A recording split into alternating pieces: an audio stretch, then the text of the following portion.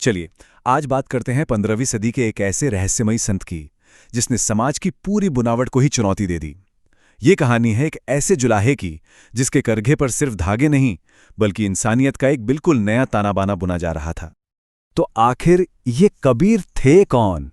एक ऐसा सवाल है जो आज भी, सदियों बाद भी उतना ही ताज़ा है। तो आइए, इस रहस्य की परतों को एक-एक करके खोलते हैं। क्या वो बस एक आम जुलाहे थे, या फिर एक पहुंचे हुए संत जिनकी बातों में खुद ईश्वर की आवाज सुनाई देती थी, या फिर एक ऐसे क्रांतिकारी जिसने धर्म और समाज के हर बने बनाए नियम को तोड़कर एक नई राह बना दी? असल में सच तो यह है कि वो ये तीनों थे, और शायद उससे भी कहीं ज्यादा। तो चलिए कहानी शुरू से शुरू करते हैं। बात है लगभग 1398 ईस्वी की। जगह थी काशी, और यहीं पर उनका आगमन किसी बड़े रहस्य से कम नहीं था। जरा सोचकर देखिए, काशी का मशहूर लहरतारा तालाब, और वहां कमल के पत्ते पर एक छोटा सा बच्चा मिलता है। नीरू और नीमा नाम के गरीब जुलाहा जोड़े को, जिनकी अपनी कोई संतान नहीं थी, वो बच्चा मिलता है। वो उसे घर ले आते हैं, नाम रखते हैं कबीर। और यही बच्चा बड़ा होकर अपने समय के सबसे गहरे सवाल पूछने लगता है। क्या अल्लाह और राम अलग अलग हैं? क्या भगवान सिर्फ मूर्तियों में ही रहते हैं? ये वो सवाल थे जिनमें पूरे धर्म की नींव हिला देने की ताकत थी। यूं तो उनका काम बहुत साधारण था, करघे पर धागे बुनना। लेकिन जब उनके हाथ धागे बुन रहे होते थे, तब उनका दिमाग दुनिया के सबसे बड़े रहस्य यानी जिंदगी के धागों को सुलझाने में लगा रहता था। अब इतने बड़े और गहरे सवालों के जवाब अकेले तो नहीं मिल सकते, है ना? कबीर को भी एक गुरु की जरूरत थी, और उनके गुरु की खोज की कहानी भी बिल्कुल उन्हीं की तरह असाधारण थी। उस जमाने में काशी में महान संत स्वामी रामानंद का बहुत बड़ा नाम था। कबीर ने मन में ठान लिया कि गुरु तो इन्हें ही बनाना है। लेकिन एक बहुत बड़ी दीवार बीच में खड़ी थी। रामानंद जी एक ब्राह्मण थे, और कबीर एक जुलाहा परिवार में पले बढ़े थे, जिसे उस वक्त समाज में नीची जाति का माना जाता था। उस समय के नियमों के हिसाब से ये मेल होना नामुमकिन था। लेकिन कबीर भी कबीर थे। उन्होंने हार नहीं मानी। उन्होंने एक कमाल की तरकीब सोची। उन्हें पता था कि स्वामी रामानंद हर रोज सुबह अंधेरे में पंचगंगा घाट पर नहाने जाते हैं। तो एक दिन कबीर जाकर उन्हीं सीढ़ियों पर लेट गए। जैसे ही रामानंद जी का पैर उन पर पड़ा, वो एकदम से चौंक कर बोले, राम राम। और बस, कबीर के लिए तो यही गुरु मंत्र था। उन्होंने उसी पल उन शब्दों को अपनी दीक्षा मान लिया और रामानंद जी को अपना गुरु घोषित कर दिया। और बस उसी पल के बाद से कबीर सिर्फ एक जुलाहे नहीं रहे, वो एक ऐसी आवाज बन गए जो सच की आवाज थी, एक ऐसी आवाज जो हर बंधन को तोड़ने वाली थी। उनकी बातें ना बहुत सीधी और सरल होती थी, जो सीधे दिल में उतरती थी। उन्होंने कहा, ये दुनिया बड़ी बड़ी किताबें पढ़ पढ़ कर खत्म हो गई, लेकिन कोई असल में ज्ञानी नहीं बन पाया। अरे, असली पंडित तो वो है जिसने प्रेम के 2.5 अक्षर पढ़ लिए हों। कबीर का जो रास्ता था, उसे कहते हैं निर्गुण भक्ति। ये उस समय के लिए एक बहुत ही क्रांतिकारी विचार था। इसका सीधा सा मतलब था कि वो एक ऐसे ईश्वर को मानते थे जिसका कोई रूप नहीं, कोई आकार नहीं, कोई मूर्ति नहीं। उनका भगवान किसी मंदिर या मस्जिद में कैद नहीं था, बल्कि हर इंसान की सांस में, हर दिल की धड़कन में मौजूद था। सोचिए, एक ऐसा समाज जहां लोग कहते थे कि हमारे राम सबसे बड़े हैं, और दूसरे कहते थे कि हमारे रहमान सबसे महान हैं।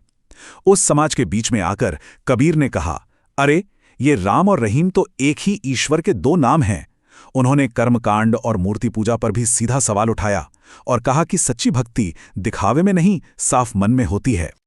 लेकिन जब कोई ऐसे बंटे हुए समाज में इतना कड़वा सच बोलेगा, तो क्या उसे आसानी से स्वीकार किया जाएगा? बिल्कुल नहीं। कबीर को इसकी बहुत बड़ी, बहुत भारी कीमत चुकानी पड़ी। सच बोलने की उन्हें जो सजा मिली, वो भी भयानक थी। धर्म के ठेकेदारों ने उन्हें अपनी सभाओं से बाहर निकाल दिया। कट्टरपंथियों ने उनका घर तक जलाने की धमकी दे डाली। कहानियों में तो यहां तक आता है कि उन्हें बांधकर गंगा में फेंका गया, लेकिन वो बच गए। उन्हें एक पागल हाथी से कुचलवाने की कोशिश हुई, पर वो हाथी भी उनके सामने झुक गया। और तो और, दिल्ली के सुल्तान सिकंदर लोदी ने भी उन्हें उनकी बातों के लिए जेल में डाल दिया था। पर कबीर इन सब से डरे नहीं। वो तो मौत से भी नहीं डरते थे। उन्होंने साफ साफ कहा, जिस मौत से ये पूरी दुनिया डरती है, उसे देखकर तो मेरे मन में खुशी होती है, क्योंकि इसी मौत के बाद तो असली परमानंद मिलता है। और उनकी जिंदगी का जो आखिरी अध्याय है ना, वो उनकी पूरी जिंदगी का निचोड़ है। एक ऐसा चमत्कार जिसने उनकी एकता की विरासत पर हमेशा के लिए मुहर लगा दी। अपनी जिंदगी के आखिर में भी उन्होंने एक और बड़े अंधविश्वास पर चोट की। उस समय माना जाता था कि काशी में मरने से मोक्ष और मगहर में मरने से नरक मिलता है, तो कबीर जानबूझकर काशी छोड़कर मगहर चले रहे। उन्होंने कहा, अगर दिल में भगवान है तो मगहर भी स्वर्ग है। और फिर साल 1518 में जब उन्होंने अपना शरीर छोड़ा तो वही हुआ जिसका उन्हें हमेशा डर रहा होगा। उनके हिंदू और मुस्लिम दोनों तरह के शिष्य उनके शरीर के लिए आपस में लड़ने लगे। हिंदू कह रहे थे कि हम दाहें संस्कार करेंगे और मुस्लिम कह रहे थे कि हम दफनाएंगे। लड़ाई और झगड़ा बढ़ता ही जा रहा था, लेकिन तभी किसी ने आगे बढ़कर उस कफन को उठाया जिसके नीचे कबीर का शरीर रखा था, और जो वहां हुआ वो देखकर सब हैरान रह गए। वहां कोई शरीर था ही नहीं, उसकी जगह पर थे बस ताजे फूल। ये एक ऐसा चमत्कार था जो मानो उनके पूरे जीवन के संदेश का प्रतीक बन गया हो। फिर दोनों पक्षों ने उन फूलों को आधा आधा बांट लिया, और आज भी मगहर में उनकी समाधि और उनकी मजार दोनों एक दूसरे के ठीक बगल में खड़े हैं। ये उनकी एकता की विरासत का सबसे बड़ा और जीता जागता सबूत है। कबीर तो चले गए, पर उनकी सोच, उनकी बातें हमेशा के लिए अमर हो गई। उनकी वाणी में इतनी ताकत थी कि उनके लिखे पद सिखों के सबसे पवित्र ग्रंथ गुरु ग्रंथ साहिब में भी बड़ी इज्जत के साथ शामिल किए गए। वो तो बस बाजार में खड़े होकर सबकी भलाई चाहते थे। उनकी ना किसी से दोस्ती थी और ना ही किसी से कोई दुश्मनी। तो आज जब दुनिया एक बार फिर धर्म और मजहब के नाम पर बट रही है, शायद हम सबको उस जुलाहे की बातें फिर से सुनने की जरूरत है। सोचने वाली बात है ना कि हम उस इंसान से क्या सीख सकते हैं जिसने 600 साल पहले ही भगवान को किसी किताब या पत्थर में नहीं बल्कि प्रेम के धागों में खोज लिया था।